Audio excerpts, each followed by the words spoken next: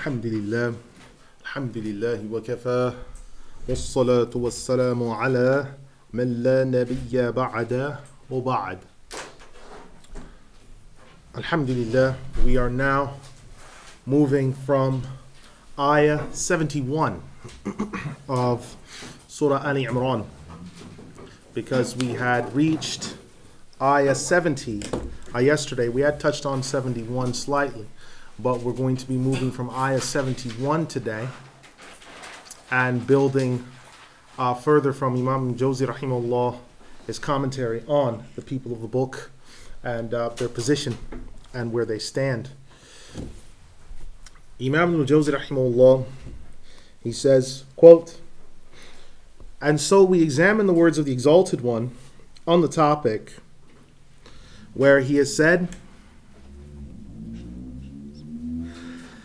يا أهل الكتاب لما تلبسون الحق بالباطل وتكتمون الحق وأنتم تعلمون وقالت طائفة من أهل الكتاب آمنوا بالذي أنزل على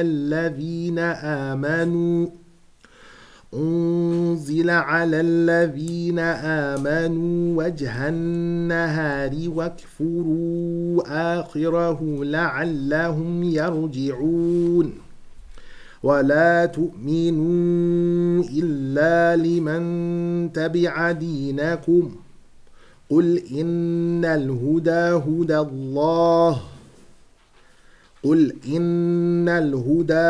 الله أن يؤتى أحد مثل ما أوتيتم أو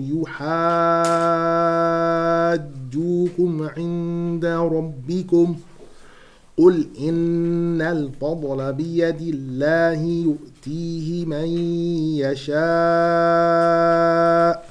والله واسع عليم يختص برحمته من يشاء والله ذو الفضل العظيم ومن أهل الكتاب من إن تأمنه بقنطار يؤديه إليك ومنهم من إن تأمنه بدينار لا يؤديه إليك إلا ما دمت عليه قائمة ذلك بأنهم قالوا ليس علينا في الأميين سبيل ويقولون على الله الكذب وهم يعلمون بلى من أوفى بعهده واتقى فإن الله يحب المتقين إن الذين يشترون بعهد الله وأيمانهم ثمنا قليلا أولئك لا خلاق لهم في الآخرة ولا يكلمهم الله ولا ينظر إليهم يوم القيامة ولا يزكيهم ولهم عذاب أليم. People of the book, why do you mix truth with falsehood and you conceal the truth while you know? A group of the people of the book had said, believe in that which was sent down on those who believe in the first part of the day and disbelieve in the last part of it, so that they might turn back. And do not believe except for the one who follows your religion. Say, indeed the guidance is the guidance of Allah, that He gives anyone like what you've been given. Or you are disputing in the sight of your Lord. Say, indeed the bounty is in the hand of Allah, He gives it to whoever He wills. And Allah is encompassing, all-knowing. He specifies and chooses His mercy to whoever He wills. And Allah is the possessor of the glorious bounty indeed. For among the people of the book is the one who, if he's entrusted with a talent of gold, he would return it to you. And among them is who, if he was entrusted with 1 dinar coin of wealth, he would not give it to you except if you were standing over him demanding it. That is because they say, there is no hardship upon us or covenant with regard to the unlettered ones. They speak a lie upon Allah, and they know. Truly, whoever has been in sustenance of his covenant and his oath, and he has fear of Allah, then indeed Allah loves those who are pious. Those who purchase a paltry price in place of the covenant of Allah and their oath, they are ones who shall have no share in the hereafter. Allah will neither speak to them nor look at them on the day of resurrection, nor shall he purify them, and they have a great punishment indeed. Surah Al Imran, the 3rd surah, ayat 71 through 77. Now, when the Exalted One says the mixing of truth with falsehood, Yazidi has said that why is it they're mixing truth with falsehood? The word in Arabic, talbis, labas, means actually to wear. But in the context of what's being used, the word labis in this sense means to mix up the affair. And so the matter, because someone is mixing it up, literally putting clothing on it, is making the matter unclear or ambiguous. Now, regarding the truth and falsehood that's being referred to, there are 4 things referenced.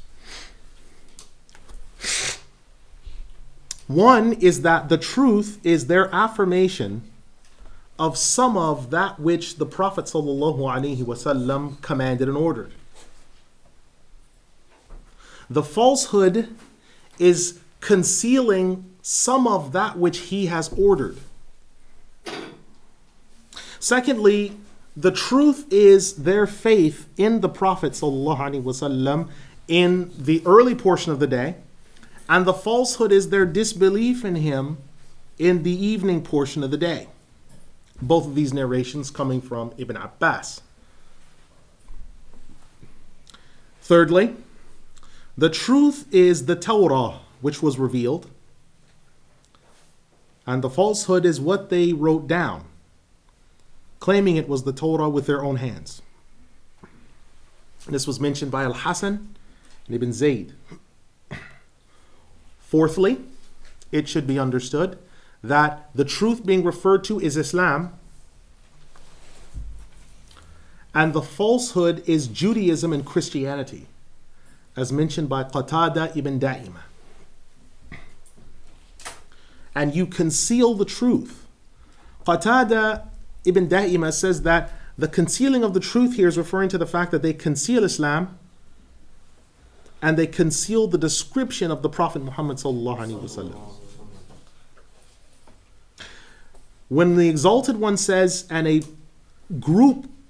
party of the people of the book have said, the reason this ayah was revealed was because of 2 incidents. One was a group of the Jews, they said, when you meet the companions of Muhammad in the beginning part of the day, go ahead and believe. And at the end of the day, then abandon it. Now, pray your prayer so that they might say, these are the people of the book, and they know more than us. And when they see that, they will turn away from their prayer. Atiyah narrated this from Ibn Abbas, and Al-Hasan al-Basri and As-Sudai have both said, it should be remembered that there were also 12 rabbis from the Jews who were behind this issue. They said to one another, let's enter into this religion of Muhammad by our tongue in the beginning of the day, and we will disbelieve in the last portion of the day. Say to them, we've looked at our book, and we've held mutual consultation of our scholars, and we found Muhammad is not therein. This will make his companions disbelieve in their religion. And they will say, these people are the people of the book. They're more knowledgeable than us. And they will return to your religion that they had previously had. And it's because of this incident and the other incident we're about to narrate that the ayah was sent down. And this is the jumhur of what's been narrated by the scholars. The second reason for this ayah's revelation is that Allah the Exalted commanded His Prophet ﷺ to face the Kaaba at Dhuhr time. And some of the scholars of the Jews, they said, believe in that which was sent down on those who believe in the beginning of the day. Meaning, accept the Qibla which is being prayed towards and accept it in the morning time at Fajr. But disbelieve in the last part of the day and return to your own Qibla. And this will cause confusion. The statement where Allah said, stating what they have said, and do not believe except whoever follows your religion. Now this ayah has some 4 meanings that it's referring to. Firstly, it means do not verify and accept as truth anything except what follows your religion. And don't accept that anyone else has been given knowledge except those from your religion.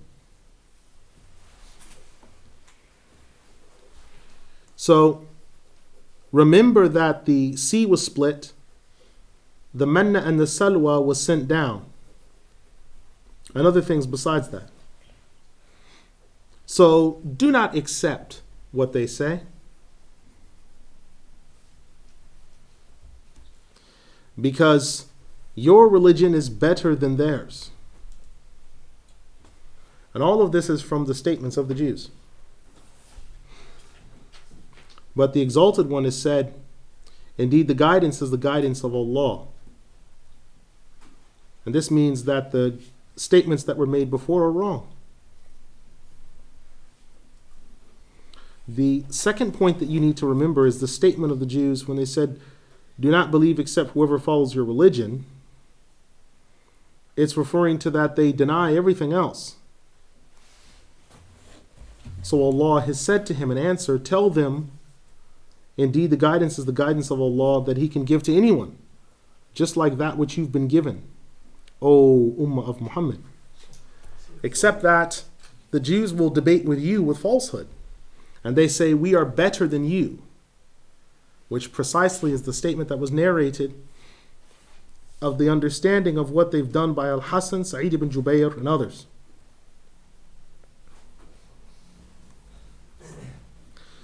Thirdly, the demand in the ayah is saying not to believe in anyone who is a prophet outside of you, meaning the children of Israel. Do not accept them if any prophet comes to you who's not from Israel.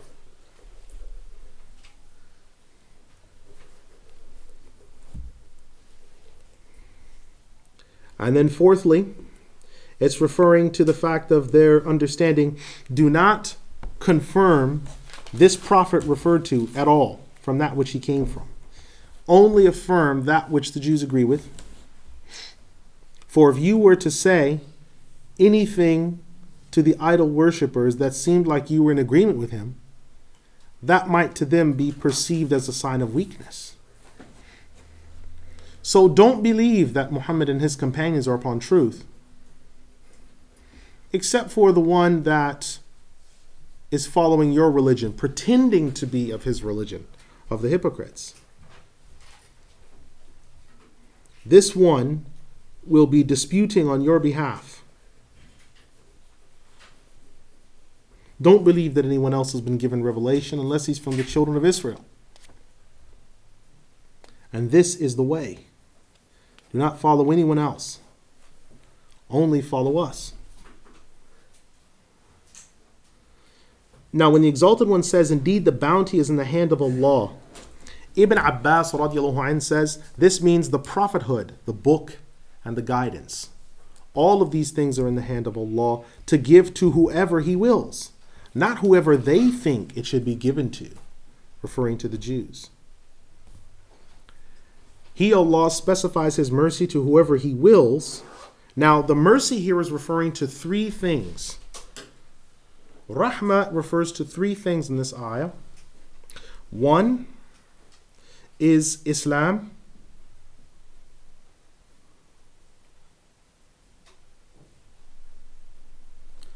Two is prophethood.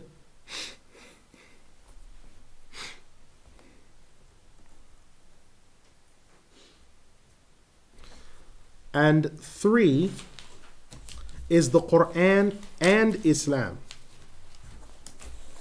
And this is what has been narrated by Ibn Abbas, Mujahid, and Ibn Jurayj. Close quote. So what's been stated here by the Imam, what he's saying is, so he specifies with his mercy who he wills. The mercy here is referring to number one, Islam.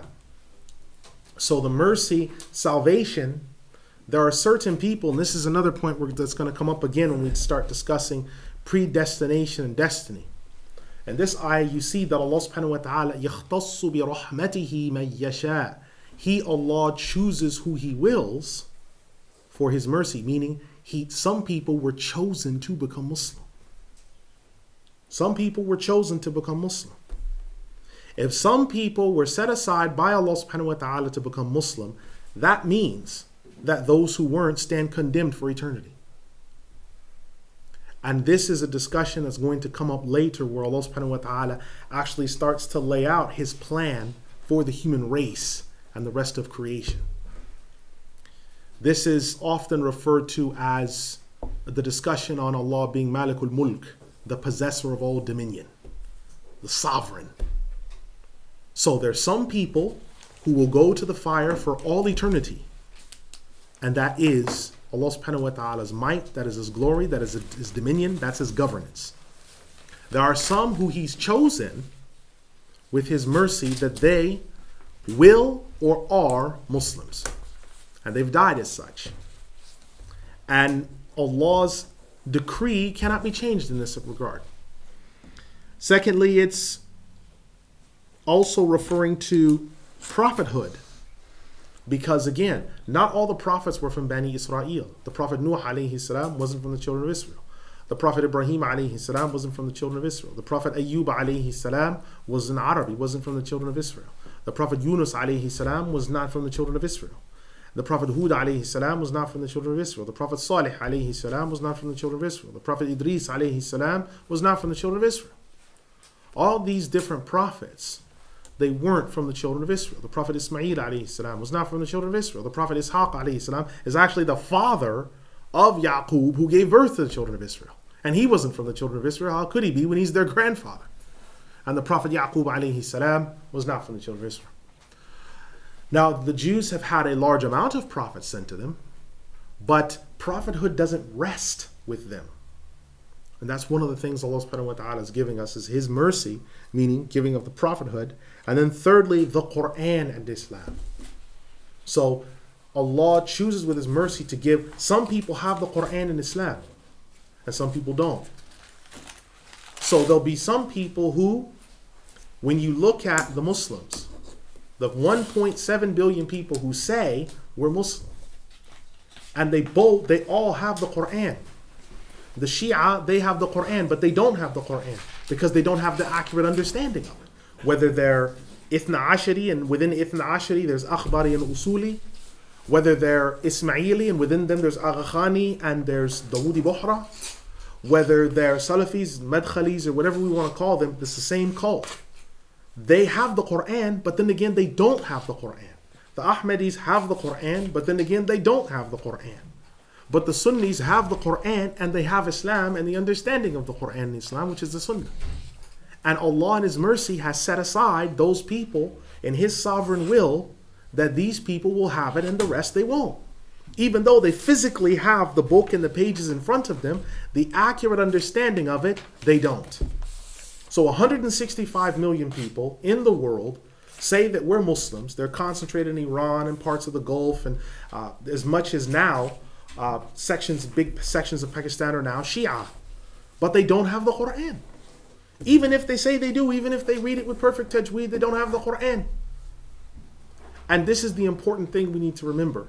So Allah specifies His mercy for who He wills.